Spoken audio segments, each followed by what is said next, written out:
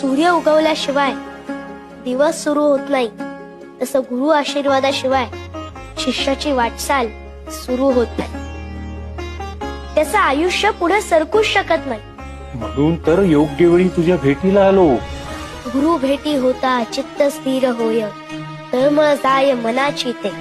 आत्ता कुठे माझी तळमळ शांत झाली. तुमच्या भेटीनं इतका आनंद झालाय की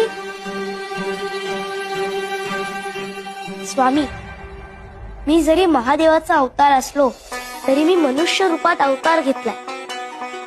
मनुष्य रूपात आल्यावर देवालाही गुरु करावा लागतो. साक्षात राम कृष्ण दत्तगुरु यांनी गुरु केले. ते गुरुला शरण दिले. मलाही माझ्या गुरूंना शरण जायचं.